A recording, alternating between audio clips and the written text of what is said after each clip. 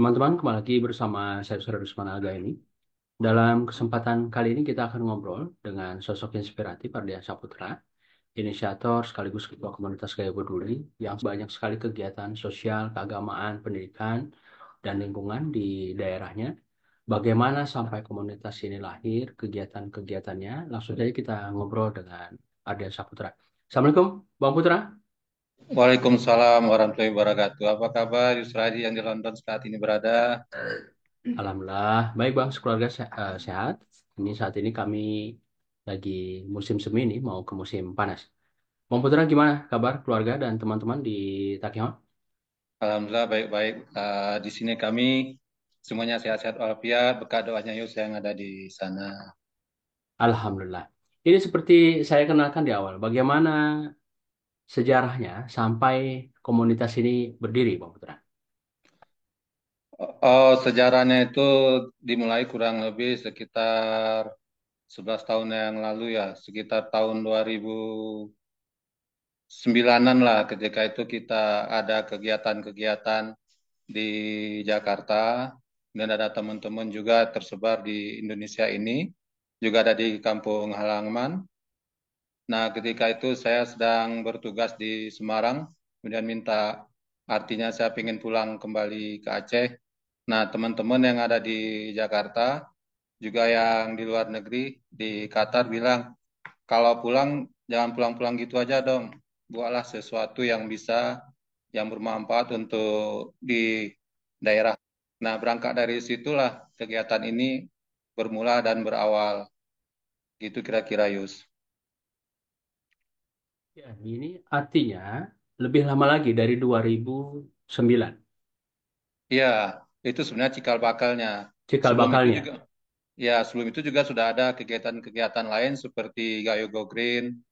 Nah, barulah kemudian kita cetuskan ini awal berdirinya komunitas ini sekitar tahun 2013 kepulangan saya ke Sumatera, tepatnya di Aceh saya ditugaskan gitu. Oke, jadi pembicaraan awalnya 2009, cikal bakal. Nah, Ya, kemudian pulang 2013 mulailah berkegiatan. ya benar. Ya, Nah, ini diinisiatori oleh saya sendiri. Kemudian ada Bang Fitra dari Qatar. Kemudian ada satu teman kita yang sampai saat ini tidak mau disebutkan namanya. Dia maunya di belakang layar saja.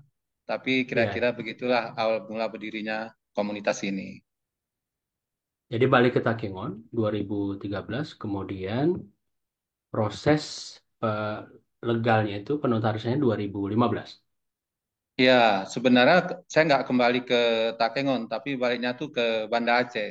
Karena perusahaan tempat saya bekerja ini adanya cuma di Banda Aceh, di Pidijaya, dan di Melabu. Gitu. Jadi kegiatan ini kita kerjakan itu hari Sabtu dan Ahad aja hingga hari ini. Untuk kegiatan-kegiatan di lapangan ya. Ya, betul. Oke, Bang Putra kerja di Saya di salah satu perusahaan klaster pangan, Kluster Pangan, BUMN, BUMN ya, BUMN ya. BUMN. Oke, jadi begitu cikal bakalnya tadi dan saat balik ke Aceh, Sabtu Minggu masih menyempatkan ke lapangan, menggerakkan komunitas ini, dan waktu itu awal-awal apa saja kegiatannya nih Bang Putra? Awal-awal kegiatannya ini kita lebih kepada anak-anak yatim dulu. Kita apa namanya kita istilah sedekah, sedekah Jumat ya. Itu dari yang dekat-dekat di sekitar kita. Itu awal-awal berdirinya, awal-awal mulanya kegiatan ini. Lama-kelamaan berkembanglah dia. Nah, itulah kira-kira kegiatannya. Yang paling awal sekali. Tapi sebelum Nah, kegiatan ini aja telah ada yang mendasari kegiatannya itu di Gayo Go Green. Nah, teman-teman mm, dari situ ada juga yang terangkum ke kegiatan ini sekarang yang bergabung gitu kira-kira. oke, Gayo Go Green ini fokus ke lingkungan. Kalau Iya, mendengar namanya tadi, Gayo Go iya Green. benar. Iya benar. Nah, jadi sebelum ini Gayo Go Green, nah kemudian komunitas Gayo Peduli yang didasari Iya, tadi bahwa bagaimana kita berbuat untuk tanah kelahiran, untuk masyarakat sekitar begitu ya. iya betul, tepat sekali Yus. Ya, dalam perkembangannya kemudian apalagi nih ada penambahan kegiatan. di samping yang awal Ada, tadi? ada kegiatannya tuh kita mulai saya sebut itu dengan program sarana ibadah berbenah. Kemudian kita buat Impitar. Impitar itu adalah yatim piatu dan anak-anak terlantar yang bisa terjangkau. Artinya ada teman yang bisa bergerak di suatu titik, terutama yang kita menyebutnya itu T3, tertinggal, terluar, dan daerah-daerah terisolir. Gitu, Yus. Nah, kemudian ada juga dalam perjalanannya ini kita buat pejuang subuh 100 hari nonstop. Yang awalnya 40 hari, kemudian kita robah menjadi 100 hari nonstop. Yang sampai hari ini telah memasuki ke-10 yang sedang berjalan, memasuki hari 82 untuk hari ini. Gitu. Oke, berjuang subuh maksudnya sholat jamaah subuh di masjid. Ya, berjamaah di masjid nonstop. Apabila satu kali dia nggak datang nih, nah itu akan diulang kembali dari awal. Setelah misalnya mencapai seperti kemarin, ini ada ananda kita kelas 5 ya Min di Bom Takengon. Nama ananda kita ini Kurniawan Dapa Sinaga. Nah, dia ini berjuang untuk 100 hari nonstop di masjid yang terdekat di rumah dia. Nah, dalam perjalanannya ketika masuk ke 56, dia tidak datang satu kali, dan ulang kembali dari awal. Dan dia mau melakukannya. Iya, Gitu. Ini iya. bukan dorongan orang tua lah, kira-kira gitu. Iya, iya. Luar biasa ya. Jadi bagaimana dari kecil dikuatkan ibadahnya, karakternya didekatkan beribadah ke masjid. Jadi Ya, itu betul. salah satu kegiatannya. Dan ini dikhususkan untuk SD sederajat. Maksimal SMP, terutama yang kita sasar itu adalah anak yatim piatu dan terlantar.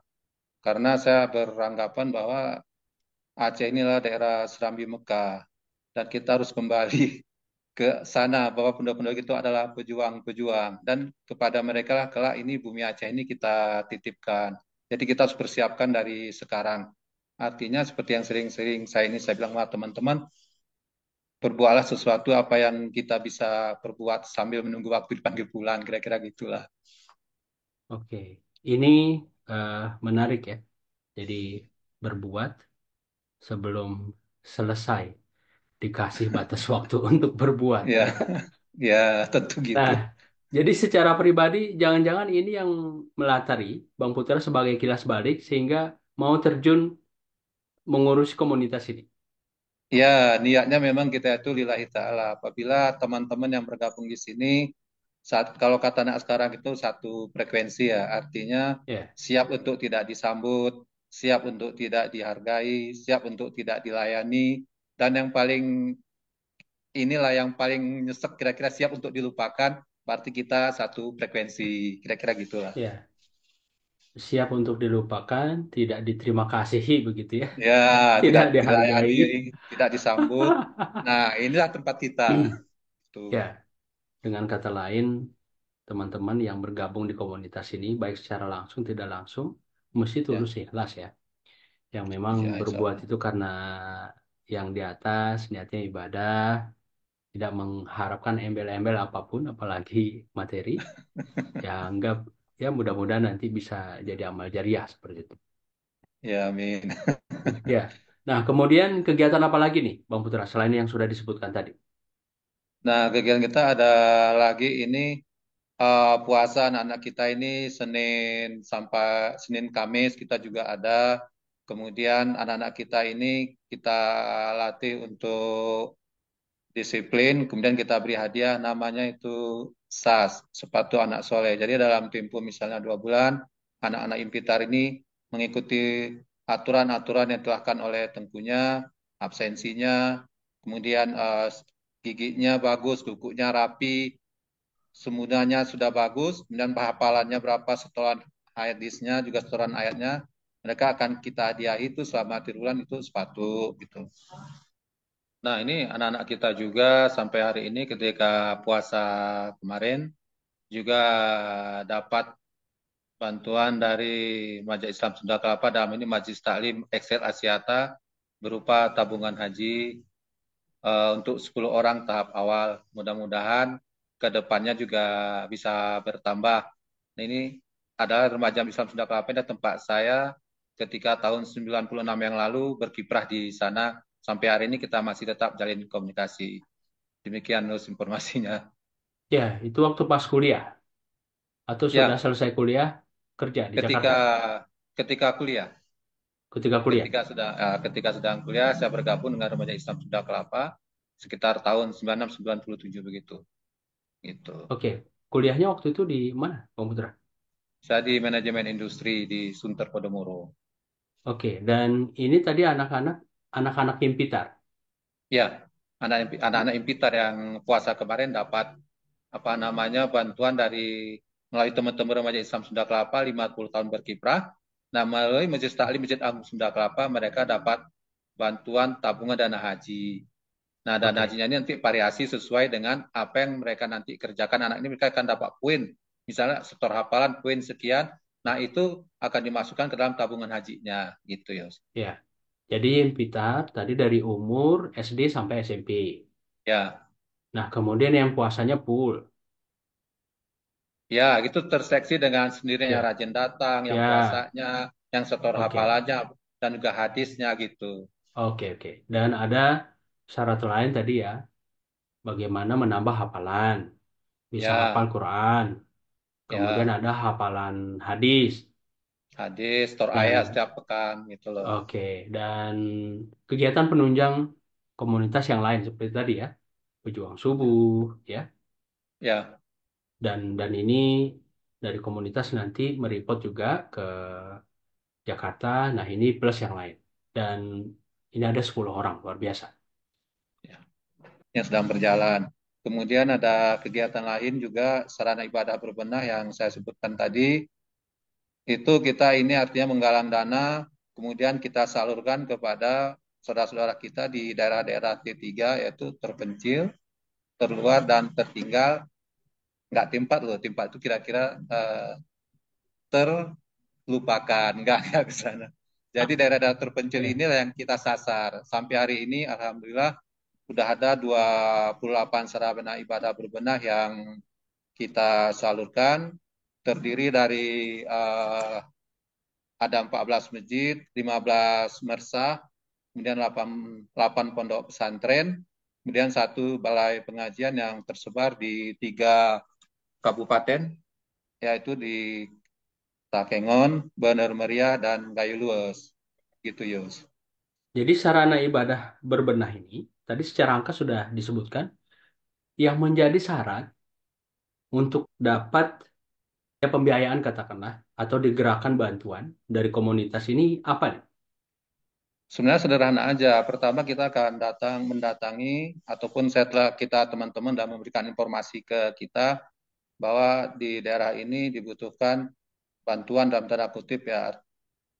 Kita akan mendatangi tempat itu, kita survei kelayakannya, kemudian kita menanya kepada teman-teman pantia di sana, terutama yang kita sasar itu anak SMA ke bawah.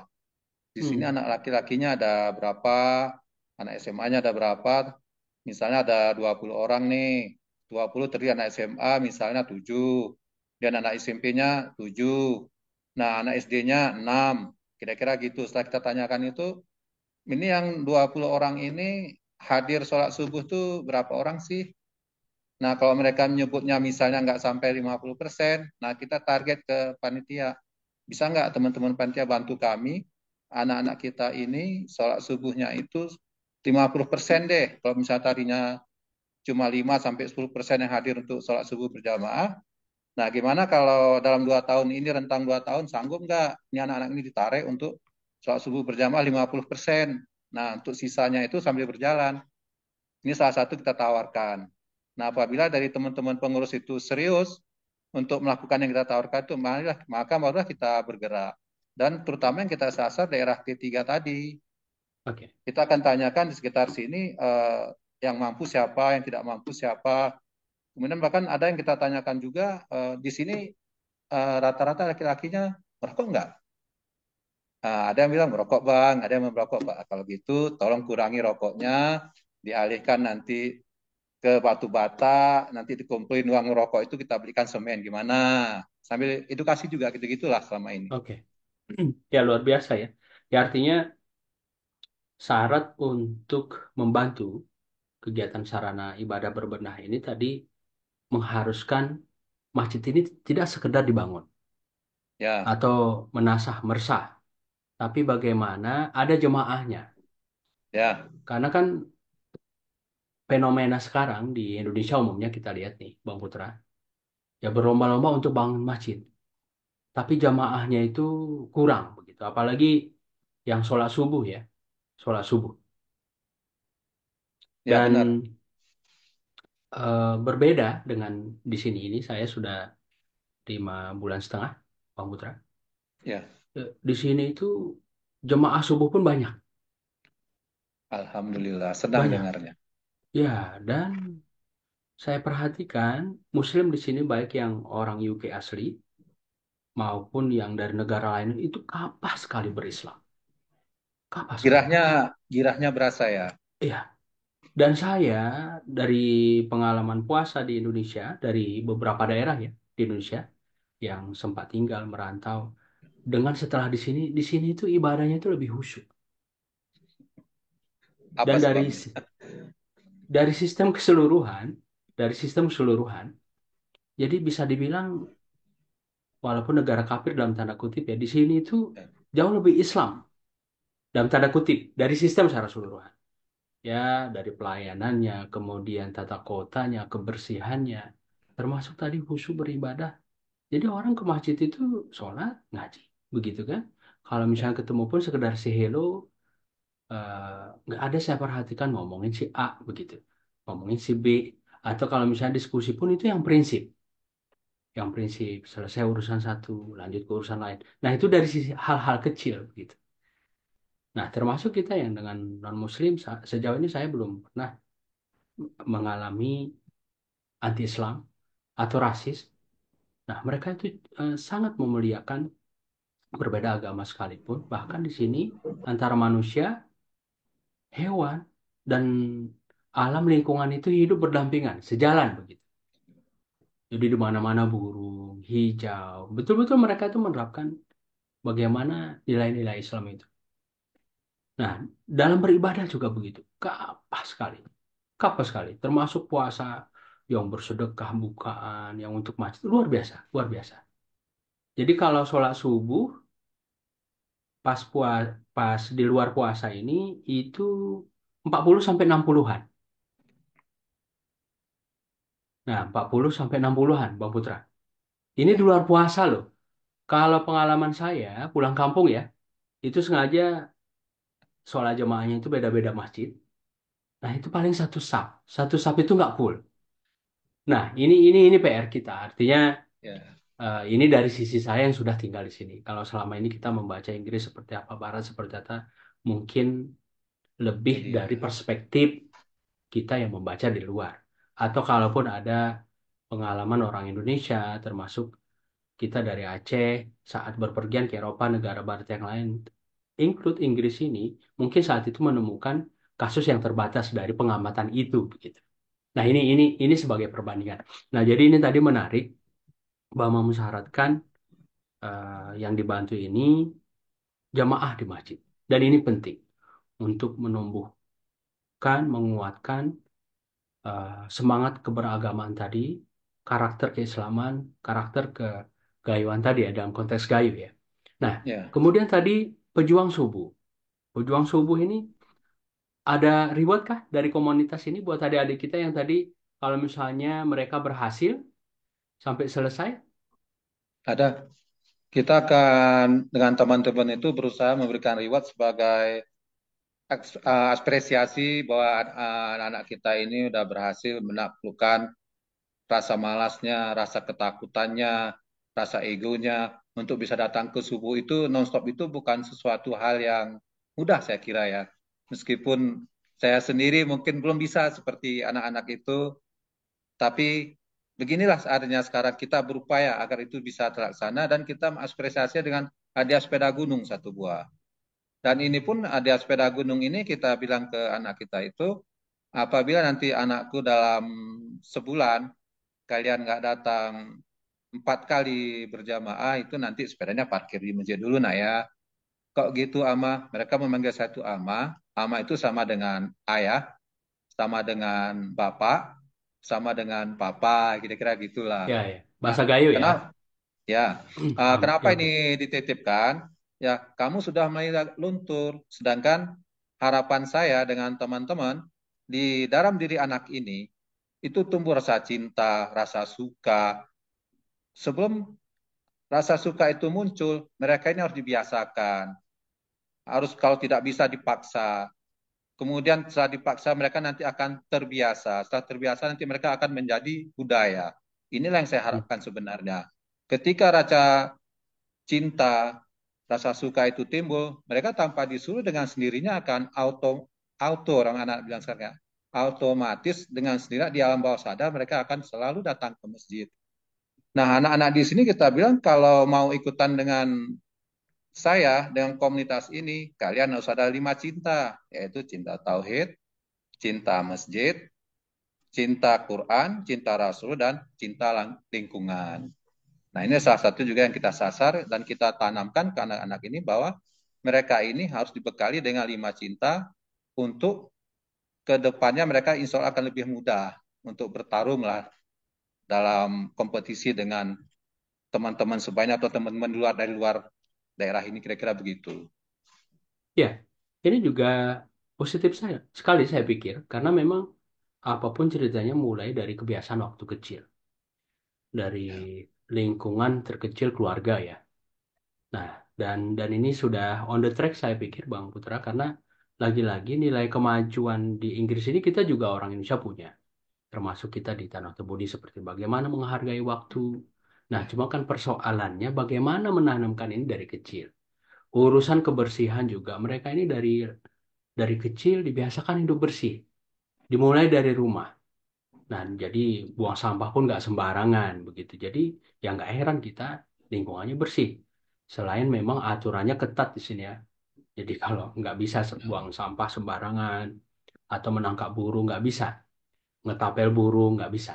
Nah, jadi ini tadi sarana ibadah berbenah, kemudian ke anak yatim piatu, satu impitar tadi. Nah, kemudian ada yang pejuang subuh dan ada yang puasa Senin Kamis.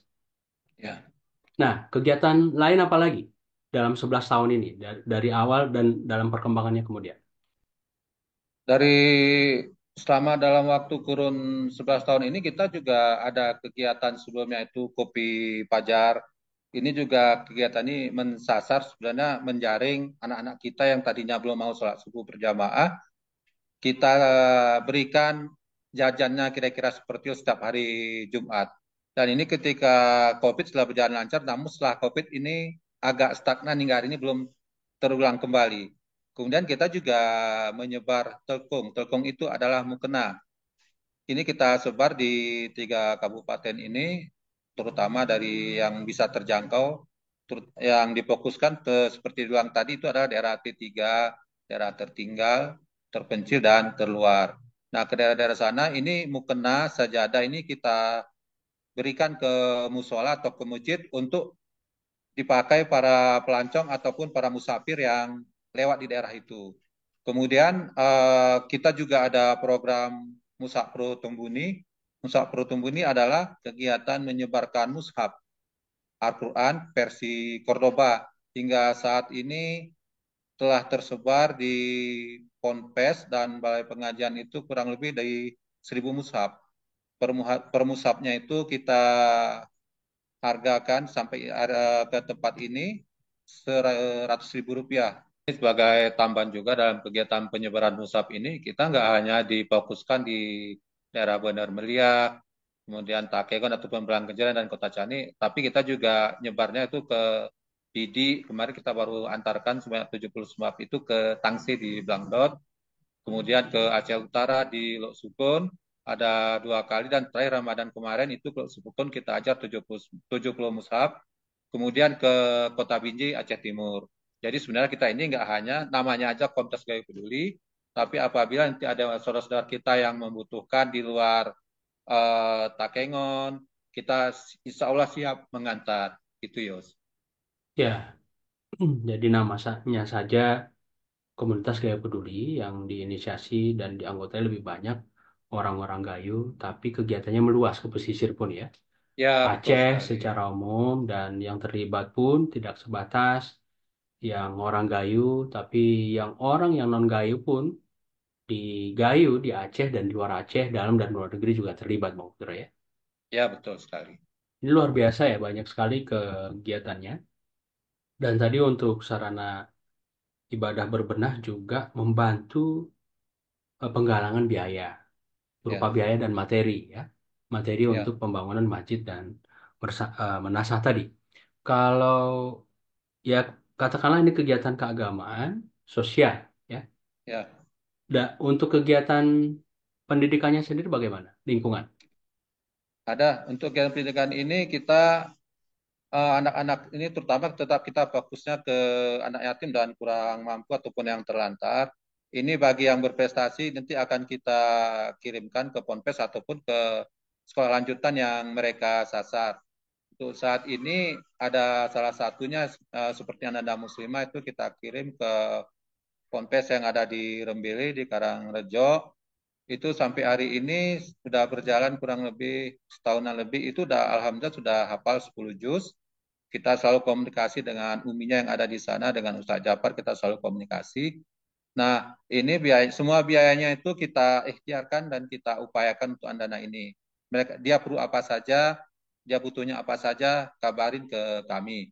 Kebetulan juga Ananda kita ini dia ada kebetulan waktu itu punya ayah angkatnya. Apabila Ananda ini bisa khatam ataupun tamat 30 juz, dia akan diumrohkan gitu Yus. Oke, luar biasa. Untuk kegiatan di lingkungan sendiri. Untuk kegiatan lingkungan sendiri ini kita mengajarkan anak-anak ini kita bawa sambil bermain ke seperti baru-baru kita laksanakan itu sambil mengaji, mereka kita ajarkan cinta lingkungan, memungut sampah di sekitar krung das atau das pesangan. Itu kita ajarkan seri ini, kita ajarkan juga operasi kintis. Operasi kintis ini adalah operasi yang mereka jarang berbarengan, mereka mengutip sampah, mengumpul sampah, kemudian kita edukasi buang pada tempatnya. Apabila nanti dalam perjalanan mereka ini membuang sampah sembarangan kelihatan oleh saya ama, itu akan saya hukum dengan denda membaca istighfar 20 kali. Itu disaksikan sama teman-temannya. Begitu pula teman-teman yang lain, anak-anak yang lain, ketika melakukan kesalahan, membuang sampah sembarangan, mereka akan saling kontrol, mereka akan saling mengawasi sesama mereka. Mereka akan apabila buang sampah, mereka akan, ma, ini buang sampah, istighfar terus.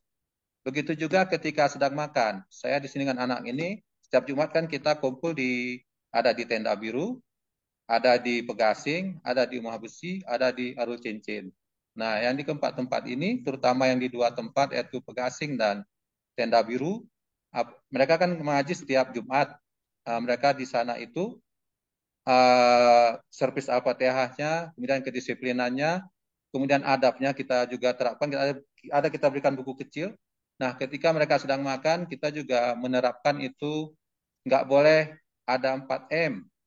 Saya menyebutnya ini, maaf ini bahasa lokal. Ada nggak boleh muperngah, nggak boleh mutora, nggak boleh uh, bersisa makanannya, nggak boleh makan sama apa tangan cebok. Kita bilang nggak boleh makan sambil berdiri.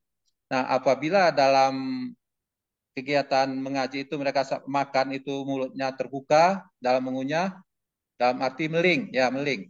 Meling itu bunyi, mereka akan kita hukum dengan istighfar. Kemudian apabila mereka mutora ataupun bersisa makanannya, tetap kita hukum dengan istighfar. Nah, begitu kira-kira kita mengedukasi dari kecil bahwa sumber daya alam kita ini adalah terbatas. Jadi dari sebutir nasi pun kita akan hitung, kita akan perhitungkan bahwa itu tidak boleh terbuang. Kan itu adalah sumber daya kita. Itu Yus. Nah, kalau dalam kegiatan kelingkungan dan kemanusiaannya, ketika ada bencana, misalnya longsor, seperti baru-baru itu ada beberapa tahun yang lalu ada longsor di Payatumpi, kita dengan teman-teman itu menyumbangkan satu buah sepeda motor kepada saudara kita yang kurang beruntung yang tertimpa musibah. Kemudian juga kita beberapa lokasi titik misalnya kebakaran, ada yang di Kebayakan, di Kecamatan Kebayakan, atau juga di Kecamatan Pegasing, kita datang ke sana memberikan bantuan. Juga ada yang ketika itu kebakaran di Wak, Isak. Nah, kita dengan teman-teman datang ke sana mengirimkan bantuan. Gitu, Yos. Oke. Ini sebatas di 3 kabupaten ini Enggak, kalau untuk ini, kegiatan kebencanaan kemanusiaan tadi, oh tidak, ada beberapa kali kita sampai ke PD Jaya. Pidi Ke Jaya. PD, ya PD waktu itu ada musibah gempa ya. Kita 2 kali datang ke Hmm. Merdu, 2 kali kita datang untuk mengirimkan bantuan dari teman-teman dari Takengon. Nah, karena Ya, kegiatannya kita fokus hari Sabtu sama Ahad, ya itulah di kesempatan itulah kita bisa mengoptimalkan waktu kita, kira-kira gitu. Ya, di luar yang saya sebutkan tadi, ada beberapa kegiatan kita ketika bulan Ramadan, di antaranya itu adalah Ramadan on the road, yaitu memberikan takjil dan berbuka kepada yang berbuka puasa di sekitar putaran kota Tatengon di jalan-jalan. Kemudian juga kita memberikan takjil dan buka puasa juga sahur kepada anak yatim pitar kita.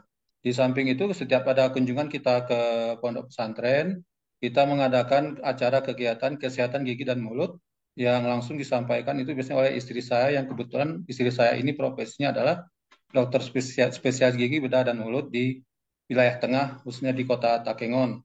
Nah, selain itu pula, ada juga kita ini mengadakan jilisen yang kalau atau istilah di luar bahasa gaul itu namanya itu adalah sunatan massal. Nah, ini sudah 4 kali kita adakan, pernah juga kita kerjasama dengan Kagama. Selain itu, ada pula kita mengadakan minat dan bakat, juga motivasi kepada anak-anak yang pintar kita, terutama ini pernah juga kita kerjasamakan dengan teman-teman lain juga, dan diantaranya itu dengan Yusradi. Kemudian ada juga anak saya kebetulan ada beberapa waktu yang lulus di Fakultas Kedokteran, juga dimotivasi oleh Yusradi. Nah, gitu kira-kira kegiatan-kegiatan yang selain yang telah saya sebutkan tadi. Juga ada juga kegiatan itu gerakan Soros, adalah gerakan Nosa Oros ataupun gerakan memberi beras kepada para fakir miskin dan kaum duafa di seputaran kota Takengon yang pantas dan layak membutuhkannya. Nah, rata-rata kegiatan ini kita mulai itu rata-rata di tahun 2021 gitu ya. Dan tahun-tahun sebelumnya. oke. Dan itu berlanjut sampai sekarang ya, Bang ya? Ya, berlanjut sampai sekarang. Semuanya ini tergantung dengan situasi, ketika membutuhkan kita langsung masuk gitu. Ya, Karena memang artinya kegiatan kita ini ada Sabtu dan Ahad. ya, artinya seperti bakat dan minat tadi, seperti sekarang mau kuliah. Nah, ini komunitas ini bergerak bagaimana menguatkan dengan melibatkan psikolog ya. Ya, kita melakukan Dalam hal psikolog. ini Kak Ayu ya, Wahyuni ya. Ya, wah ini dari Rumah Sakit Datu Group. Karena ini Sabtu dan Minggu Ahad, Minggu atau ya. Ahad tidak berkantor ya, waktu Ya, libur. Jadi libur. di situ disempatkan untuk ke lapangan. Ini Ya, tadi Bang Putra kerja di BUMN. Tugasnya di ya. Takengon Enggak, sekarang, di Merdu, di PD Jaya. di PD Jaya. Jadi Ya, Jumat pulang mobile. ke Takengon, mobile. Ya, kalau kalau orang Jakarta bilang itu anggota PJKA lah. Pulang Jumat, kembali Ahad. Iya, iya, iya, iya. Berapa lama perjalanan dari PD Jaya ke Takengon? Ya, kalau sama teman-teman tuh bisa 3-4 jaman lah. Tapi kalau sama orang tua bisa 5 jam, gitu-gitulah. Ya, karena istirahat ya. Ya, Ya, istirahat, makan pisang sale dulu ya. Lanjut ya lagi betul. begitu ya. Ya, Ya, ini luar biasa, punya komitmen yang luar biasa terhadap komunitas ini. Dan ini kan kegiatannya banyak sekali tadi ya. Baik sosial, pendidikan, macam-macam tadi sudah dijelaskan. Tentu ini kan membutuhkan biaya yang tidak sedikit. Ini dari sisi biaya sendiri, ini komunitas ini dapat dari mana nih, Bang Putra? dari teman-teman. Dari Ya, teman-teman ada yang dari luar, ada yang dari Qatar, ada yang dari Jakarta, dari Medan, juga Banda Aceh, juga dari Takengon. Dan ini sebenarnya tidak terikat seperti yang kita sebutkan awal tadi, hmm, bahwa kegiatan ini kalau siap untuk dilupakan, siap untuk tidak dihargai, tidak dihormati, dan siap ya, untuk ya, tidak dianggap, ya inilah tempatnya ya, gitu. ya. Dengan kata lain bahwa anggota komunitas ini dan yang ikut membantu ya menyumbang dari sisi materi, non materi Ya, ada di dalam dan luar negeri ya. ada ya. Ya, ya dengan syarat itu tadi, tulus, ikhlas. Ya, Niatnya ibadah dan ya karena yang di atas begitu ya, sebagai ya, bekal pulang. Tidak ada ya, embel-embel lain. nggak ada. Dan Ada ini saya ya, ada di sini dalam perjalanannya saya bilang kadang-kadang teman-teman pengen juga ya saya menyampaikan ini sesuai niat yang berniat gitu. hmm, Kadang-kadang kita juga tadi kan awalnya kita eksklusif ya. Dari tahun perjalanan itu dari tahun 2013 ke 2015 itu kan 2 tahun itu kita eksklusif, kita tidak ekspos. Nah, oke, dalam perjalanan teman-teman bilang, saya mau nimbrung dong, ikutan dong, gimana caranya? Ya udah deh kalau gini, ada teman-teman yang usulnya diekspos saja mulai. Nah, mulai dari tahun 2015 itu lah legalitas formal yang kita buat, termasuk Yusari di dalamnya itu pengurus. Nah, ya, dan mulailah kita ekspos agar teman-teman hmm, bisa saling berbantu, saling membuat, saling bahu membahu. Ya ya. gitu kira-kira. Karena kalau misalnya nggak diekspos, orang kan tidak tahu. Ya, Ya, ini kan kegiatannya baik sekali, positif, apalagi tadi niatnya seperti itu dan banyak tadi lebih menyasar generasi muda ya. ya, Adik-adik kita, anak-anak kita, bagaimana menyiapkan mereka ke depan ini dan ini penting sekali, ini penting sekali. Terlebih tadi penguatan keagamaannya, pendidikannya, dan kepribadian mereka, penguatan karakter ini luar biasa. Dan ini kan namanya berbau gayo ya, komunitas ya. gayo peduli, orang-orang yang peduli. Nah, dan sebatas orang gayo di keanggotaan ini, atau yang membantu, atau Oh ada juga enggak, saudara kita yang non gayo? ya justru non gaya lebih banyak juga. Seperti misalnya Hmm, teman-teman kita, kakak-kakak kita, abang-abang kita yang di tenda biru itu justru mereka saudara kita dari Padang dan dari Jawa. Mereka yang hmm, selama ini sudah lebih dari 2 tahun itu memberikan kontribusi berupa tempat dan konsumsi logistik untuk anak-anak kita yang mengaji di sana. Begitu juga yang di Pegasing, bahkan ada teman-teman yang dari Medan, gitu loh. Ini nggak non gayu justru juga juga banyak yang oke. ikut nimbrung di kegiatan ini. Jadi di Takengon atau di Gayo, ya secara umum di Aceh, ketika Ya, berkegiatan ini juga baik eh, yang yang sudah lahir di Gayo ya, maupun ya, yang bukan orang Gayo sendiri ini ikut terlibat. Bahkan teman-teman yang di luar Aceh, di luar Gayo, yang non Gayo pun ikut membantu, begitu ya, melalui betul, betul. jaringan Bang Putra dan teman-teman Ya, pengurus dan anggota komunitas ini ya, dalam dan luar negeri ya. ya kita tim kok. Kita tim. Oke, Kita kerja tim. ya kerja tim. Nah, pengurusnya udah ada berapa banyak nih Bang Putra? 4 orang.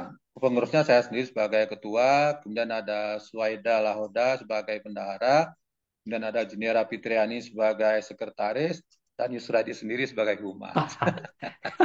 Sebagai humas ya ikut bantu-bantu lah. Ya gitu. Ikut bantu-bantu di tengah kegiatan yang lain, kesibukan Ya, yang lain. Walaupun ini ya belasan ribu jauhnya sekarang ya, belasan ribu kilo. Ya, ya.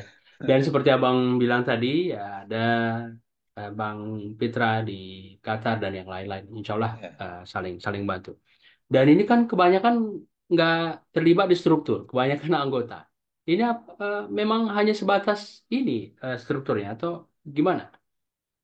Ini teman-teman ini kebanyakan memang nggak mau Hmm, dinampakkan. Sesuai tadi saya sudah sebutkan, iya, iya. sesuai niat yang berniat. Artinya teman-teman ini saya lihat lebih banyak kalau tangan kiri memberi, tangan kanan nggak usah tangan kanan memberi, tangan kiri nggak usah tahu. Oke. Kira-kira gitu. Mereka lebih banyak begitu memang.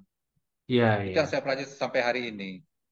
Jadi waktu pas ada kegiatan kita hari Sabtu Ya, Pintar begitu ya. Nah, nah, datang begitu ya. datang. Nah, dan itu dengan sendirinya siapa bawa apa, Ya, mengerjakan apa itu tidak usah terkomandoi karena sudah saling paham ya, oh ya. dapat. Karena itu tadi sudah satu frekuensi, Ya, betul. sudah satu frekuensi. Ini ngomong-ngomong, Bang Putra sendiri dulu kuliahnya apa di ilmu kesejahteraan sosial ini, sampai Enggak. terjun di urusan urusan persosialan komunitas ini. Nah, ini sebetulnya saya itu ketika orang tua saya dulu masih hidup di Lampahan Hmm, sebagai camat Timang Gajah, saya sendiri itu disuruh jalan dari Blok C ke Lampahan itu jalan kaki. Nah, hmm, ketika pulang ketemu dengan ayah saya waktu itu beliau pakai kodok. Nah, beliau itu menaikkan orang yang sedang jalan ke dalam mobil. Nah, itu Ya, terekam sampai saya sampai hari ini. Oh, kenapa orang tua saya lakukan ini? Padahal yang dikerjakan, yang dinaikkan ke mobil itu kenal juga enggak, saudara juga bukan. Belakang saya tahu ternyata inilah sebenarnya hidup itu harus bermanfaat buat orang lain. Nah, kalau kuliah saya benar saya kuliahnya di ekonomi. Ya mungkin ekonomi ya. ya hanya saya Betul. kerjanya sekarang di BUMN ini bagian di pemasaran, kita di klaster pangan gitulah. Nah, Oke. mungkin inilah yang mendasari kegiatan ini bahwa ada yang ditunjukkan oleh orang tua saya bahwa yang dia kerjakan itu sampai hari ini terekam di benak saya gitu, Yus. Ya, itu yang sampai sekarang teringat orang tua dulu sebagai camat ya. Ya, Itu tahun berapa itu peristiwa itu, Bang Putra? peristiwa itu ketika saya SD sekitar tahun 79 dan orang tua yang dinaikkan itu di 77. Hmm, 77 sekarang Karangjadi ya, antara jembatan dengan masjid. Nah, di situ orang tua itu dinaikkan. Nah, kebetulan orang tua saya itu tinggalnya di Blok C, mau ke Lampahan ke rumah dinas ya. Nah, kami ya, ketika itu jalan, suatu pagi ini kebetulan saya diberikan tumpangan sama orang tua saya. Biasa suruh jalan tuh. Nah, ya, ketika di ada tumpangan itu, nah itu orang tua dinaikkan. Ibu-ibu bawa, ya. kalau orang kita gawe ini bilang bejangkat ya. Hmm, Nah, bejangkat itu artinya bawa kayu bakar di belakang itu digendong. Nah, itu dinaikkan ke dalam mobil. Nah, saya disuruh pindah ke belakang, naik ke paling pojok mobil kodok itu. Di belakang nah, ibu-ibu tadi ini dimuliakan, anak ditaruh di bawah anak belakang supir. anak sendiri disuruh pindah begitu. Kau pindah ke Belakang, belakang gitu. Dan ya disuruh memang karena jalan begitu ya. ya gitu Ya, orang tua saya memperlakukan ya. saya ketika itu dan itu terekam sampai hari ini. Hmm, Bahwa hidup itu memang harus bermanfaat, harus melayani sebisa yang kita mampu. Kira-kira ya, gitulah. bermanfaat, berbagi begitu ya. Dan Bapak waktu itu sebagai camat. Camat Di Manggaja. Tahun di tujuh Manggaja. sembilanan itu, antara tahun 78 79-an itu. Sekitar itulah. Bapak masih ada? Udah almarhum Udah 2015. almarhum. Almarhum. Eh, Nama Bapak siapa dulu, Bang? Ini penonton podcast kita ini Oh, kan eh, ya mungkin ada seumuran itu atau di bawahnya masih ingat begitu ya dengan sosok Bapak ini. nama orang tua saya itu Bapak Alpian Kajet. Alpen KZ ya. Ya. Nah, bersaudara Bang Putra berapa orang? Hmm. Saya bersaudara 5. Laki-laki 5. 3, perempuan 2 ya. Anak keberapa? Saya anak kedua. Oke. Ini luar biasa tadi apa bagaimana kita berempati, berbagi, bermanfaat dan karena posisinya sebagai camat melayani ngeh ya, ngeh dengan bagaimana kondisi lingkungan sosial begitu penderitaan orang-orang. Ada lagi nggak nilai yang ditanamkan almarhum Bapak? Sholat subuh tadi, kami Soal subuh. dibiasakan itu disiplin. Kebetulan orang tua saya itu tahun itu pernah pendidikan ke Malang ya. Nah, Hmm, kami ini diajari itu kalau bangun subuh itu, kalau belum bangun itu diberikan percikan kasih sayang. hmm, Artinya sebelum subuh udah bangun, kalau belum bangun itu disemproti sama air gitu, dipercikkan ya. hmm, Nah, itu hmm, juga saya ajarkan juga ke anak saya juga ke anak-anak Ipitar ini. Ketika mereka minta nginep di tempat saya di sini rumah awan di Kutelot, apabila nggak bangun subuh itu akan saya percikan air. Nah, hmm. nilai-nilai itu yang saya coba jalankan ke anak ini bahwa penting bangun subuh, sebelum subuh itu penting sekali. Karena di sana itu kita mendapati apa yang tidak pernah kita sadari selama ini. Itu, Yos. Iya, iya. Dan lagi-lagi ini nilai yang ditanamkan di keluarga dari lingkungan yang terbatas dan dimulai dari kecil, yang itu Ya, kemudian jadi kebiasaan ya. Walaupun waktu itu pas diperciki Bang Putra waktu itu mungkin protes ya apa sih Bapak nih orang lagi lagi enak tidur begitu ya. Nah, tapi ya, kemudian itu membekas dan ya. syukur dulu diperciki Bapak. Kalau disiram pun nggak apa-apa Ya, ya. Nah, sekarang rindu setelah udah nggak bisa lagi. nggak bisa lagi. Jadi kalau sekarang mau disiram pakai ember pun ya udah nggak bisa lagi. Ya, Justru setelah orang tua nggak ada, kita baru merasakan bagaimana rasanya kehilangan orang tua. ya, Setelah kita jadi orang tua pun makin merasakan kita bagaimana orang tua kita itu sayang sama kita ya. ya. Nah, ini sosok ibu. Sosok ibu bagaimana? Apa nilai yang ditanamkan ke Bang Sosok Putra? ibu lebih ditanamkan kesabaran, Itu orang tua saya itu orangnya pendiam dan orangnya penyabar. Nah, itu yang melekat sama saya sampai hari ini. Bahwa menghadapi segala sesuatu itu bila nggak berkenan, diam dan sabar. Insya Allah akan ada jalan keluarnya. Semua akan selesai dengan sendirinya. Bak gelombang yang datang itu akan menempa diri kita. Gelombang akan selesai, nanti akan datang gelombang kembali, datang lagi dan hadapi. Itu sosok ibu saya. Dan ibu saya ini adalah seorang guru di dulu zaman SPG ya. Iya. eh SPG ya guru, orang tua saya dulu guru SPG, kemudian pindah ke SMA 3 saat ini yang sekarang SMA 4 di Payatumpi. Hmm. Di Nah, ibu PSB. saya terakhir mengajar di sana beliau. Dan sekarang sudah pensiun. Udah almarhum 2018. Oh, udah almarhum. Udah lah, ya. Almarhum. Nah, oke. Dan ini kita kembali ke komunitas tadi. Tadi disinggung Ya. urusan sampah. Anak-anak ditanamkan tidak buang sampah sembarangan dengan hukuman istighfar. Ini Ya. bagaimana ini urus persampahan di Takyong ini, Gayo secara umum? Apakah memang banyak buang sampah sembarangan sampai ada kegiatan itu? Ya, ini yang sangat disayangkan bahwa kesadaran kolektif kita ini belum muncul. Hanya hanya hanya yang saya perhatikan sampai hari ini generasi-generasi saya itu yang saya lihat di jalan-jalan ataupun bahkan yang bermobil itu membuang sampah dari kaca mobil keluar. Nah, itu sangat Hmm, tidak simpati sekali. Untuk itulah berdasarkan kejadian-kejadian ini, saya sampai bilang termasuk di Takun ini saya melihatnya adalah sebagai salah satu destinasi wisata kota terfavorit ya salah satu ya yang terfavorit di Aceh. Bahkan saya sering bilang buka tagar silahkan datangi kunjungi, syukuri dan nikmati nikmatnya di Tembuni ataupun Takengon. Tapi mohon jangan buang sampah sembarangan. Jangan meninggalkan, jangan buang sampah sembarangan. Karena ini nanti akan merusak lingkungan. Dan ini, sampai hari ini luar persoalan sampah ini bukan main. Nah, ini harus ada kesadaran kolektif dari kita semua agar persoalan sampah ini bisa teratasi. Salah satu caranya adalah dengan mengajarkan anak-anak kita agar cinta lingkungan. Kalau tidak dari kecil diajari, kapan lagi? Nah, kita belajar disiplin. Artinya, mereka makan, itu tempat sampahnya kita siapkan. Ini anak laki-laki, ini anak-anak yang perempuan. Nah, ketika kamu selesai makan, piring-piring kamu dibersihkan, dan tidak boleh ada bersisa satu nasi butir nasi pun. Dan saya paling tidak suka lihatnya itu. Tapi kalau kamu mau makan lebih, mau tambah, silakan. Asal jangan bersisa. Kecuali yang tidak bisa kamu makan, tak bilang sebelumnya. Akan pisahkan, baru makan. Nah, sebelum kita hidangkan makanan, mana yang bisa dimakan, mana yang kau habis, makan. Yang tidak, jangan jadi sampah, jangan jadi mutora. Begitu saya selalu jelaskan sama anak kita ini. Nah, ini dari kecil perlu kita terapkan agar nanti ke depan mereka bisa disiplin. Itu kira-kira Yus. oke, baik. Jadi ini memang selain kebiasaan dari kecil, tadi melalui komunitas, ya kesadaran kolektif. Dalam hal ini pemerintah juga perlu turun tangan ya, eh, Ya, buat aturan, ada sanksi yang tegas.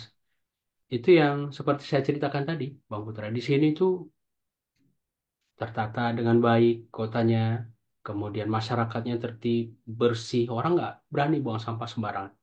Jadi seperti di lingkungan ini buat teman-teman yang mendengar. Jadi di bawah itu ada rumah sampah. Jadi kami dari atas masukkan plastik, bawah. Untuk tingkat memberikan tips pun ke petugas kebersihan, itu kita kena penalti. oh gitu ya. Ya, itu nilainya 50.000 pound sterling. Satu pound itu 20.000.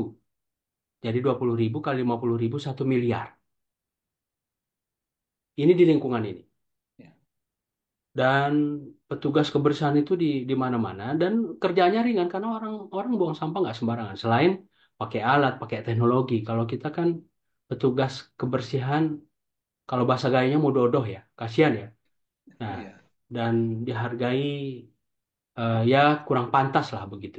Nah, jadi di sini ya eh, bagaimana memanusiakan manusia, memuliakan orang, di jalan juga yang pejalan kaki didulukan, orang misalnya mohon maaf hamil, orang tua, begitu. Jadi seperti saya bilang tadi, jadi nilai Islam itu benar-benar teramalkan Ya, di sini. di sini Untuk tingkat terabaikan. ya di sini di kita justru terabaikan. Padahal mereka ini nggak ada anajapatu minal iman. Nah, memang ada beberapa sisi yang minusnya setelah di sini. Ya karena memang mereka ini seperti itu budayanya dan agamanya kan berbeda dengan kita. Nah, misalnya Bang Putra di sini agak bebas dalam dalam artian misalnya orang berpelukan, mohon maaf berciuman depan umum itu biasa begitu. Bagi yang pasangan sendiri maupun yang bukan pasangan ya. Nah, kemudian orang kemana-mana di sini bawa anjing, bawa anjing. Dan kalau misalnya di tempat umum itu bersihin buang air kecil besar pakai tisu. Karena memang agama mereka kan tidak mengenal najis. Tapi kalau yang sudah muslim itu kan membersihkan pakai air begitu. Dan ini dan nggak terlepas dari pengaruh lingkungan juga sih. Ini seperti mulai musim panas, pakaiannya minim begitu ya. Nah, tapi kalau yang sudah muslim itu kan menutup aurat gitu. Itu hal-hal yang minus saya lihat selama di sini. Walaupun dari kuliah saya sudah mengenal ini karena dulu kan di sastra Inggris ya. Di sastra Inggris sudah tahu perbedaan ini dan kita ya di mana bumi dipijak di sana lagi dijunjung ya kita menghargai perbedaan itu. Tapi mereka seperti saya bilang tadi selebihnya plus semua. Bahkan untuk tingkat sholat berjamaah tadi subuh 40 ke 60. Kalau puasa itu full itu. Full. Itu waktu Dan musim kan dingin di sana berapa? Musim dingin berapa jumlah jamaahnya? ya sama, Nah, di sini sama. itu jadi di sini ini salah satu jadi mungkin alasannya, kan dingin gitu. Iya, dan di sini sebetulnya tantangan beribadah itu lebih berat dibandingkan kita. Ya. Musim dingin itu minus kan? Minus, minus. Dan awal-awal saya kemari, Bang Putra, itu di akhir musim gugur mau ke dingin, Ya. itu rasanya itu seperti kena es. Jadi kalau pakaian kita, bahan pakaian kita yang Indonesia ini di di 3 musim ini nggak bisa gugur. Nah kalau misalnya panas oke lah. Makanya pas siap Lebaran kemarin awal-awal sempat hangat, itu saya sempat pakai sarung ke masjid. Nah, 2 hari ya pakaian Indonesia, tapi selebihnya nggak bisa. Nah, justru itu jadi tantangan dan selama di sini saya kan bawa anak-anak jamaah ke masjid. Satu 13 tahun, satu 7 tahun. Dan mereka itu salut begitu. Salut dan sampai ada jemaah itu yang ngasih uang jajan ke anak-anak. Dan anak-anak ini uang madrasahnya pun gratis. Gratis karena mereka lihat ini hal yang nggak biasa begitu. 7 tahun, anak nomor 2 silam 7 tahun sih, yang sulung 13 tahun. Nah, lagi-lagi ini kan kebiasaan dari kecil. Nah, saya pun Ya. dulu sebelum subuh udah dibangunin sama orang tua. Kena percikan kasih Ah, sayang nggak? eh lebih dari percikan, jadi ada sapu lidi, ada ada Ya, sapu ya. lidi. Jadi sebelum tidur itu mengerjakan PR, mengulang pelajaran, begitu ya. Nah, kemudian bangun lebih awal dan bagaimana untuk sholat dan saya dulu sholatnya jamaah gitu dan itu sampai merantau pun sampai sekarang itu Ya, terbiasa begitu. Nah, terbiasa makanya ya. ini tadi penting walaupun agak keras ya, nggak biasa di awal-awal akhirnya jadi Ya, biasa, dari terbiasa kebiasaan jadi budaya. budaya begitu. Nah, ini luar biasa. Jadi buat teman-teman yang mau terlibat nih Bang di komunitas ini luar biasa bermanfaat sekali kegiatannya. Kalau misalnya ada teman-teman yang mau terlibat atau membantu, jadi langsung hubungi Bang Putra nanti ya. Oh, welcome. Siapa saja bisa yang ada di anggota, termasuk itu sendiri boleh. Siapa saja kita welcome. Bahkan kita Oke, sangat mengharapkan kerjasama itu loh. ya kerjasama berkolaborasi dengan teman-teman yang lain ya, karena Ya, ya, ya, seperti ya. tadi urusan lingkungan, urusan kayu yang banyak ditebangi, urusan sampah yang masih jadi PR besar kita ya. Jadi Ya, makin sampah ini banyak luar yang biasa ini. terlibat, makin bagus. Dan tadi urusan anak yatim piatu ini juga jadi tanggung jawab sosial kita, bujang berama, berubrina dalam konteks kearifan lokal di Gayo ya.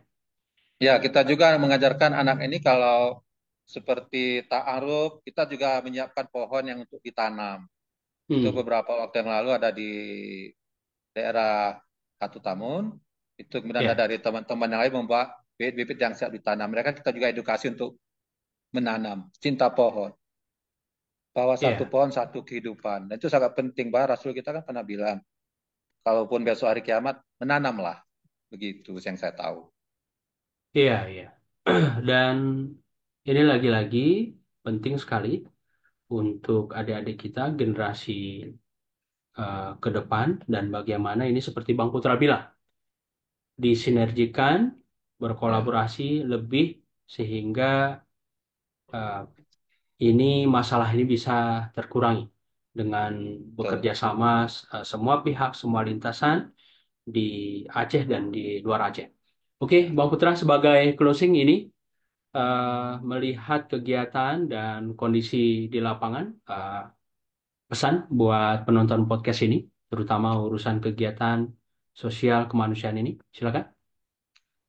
ya saudara-saudaraku semua, sebangsa dan setanah air dimanapun berada, mari kita berbuat sesuatu selagi diberi waktu sebelum saatnya tiba dipanggil pulang. Apa yang kita bisa kerjakan, yuk sama-sama kita kerjakan. Ya kira-kira gitulah. Baik, terima kasih banyak ini Bang Putra yang sudah Ya, meluangkan waktu berbagi cerita tentang komunitas ini dan sekali lagi buat teman-teman yang mau terlibat di komunitas ini dan di kegiatannya silakan bergabung dengan Bang Putra dan teman-teman yang ada di Takengon dan di luar Takengon, baik yang orang Gayo, non Gayo yang mau ikut ya, membantu dalam bentuk materi kah? Materi. Nah, bisa langsung hubungi pengurus Bang Putra, boleh saya juga ya, selaku humas. Baik, sekali lagi terima kasih. Salam buat teman-teman, salam buat adik-adik di Indonesia, di Tanah ya. Temuni, dan juga buat keluarga. Ya, terima kasih ya sudah ada dialog hari ini. Mudah-mudahan tetap berlanjut, tetap semangat, Insya Allah. jaga kesehatan. Sampai Ya, jumpa insya lagi. Allah. Ya, ya, ya, insya Allah. Ya, Assalamualaikum Bang Putra. Waalaikumsalam warahmatullahi wabarakatuh.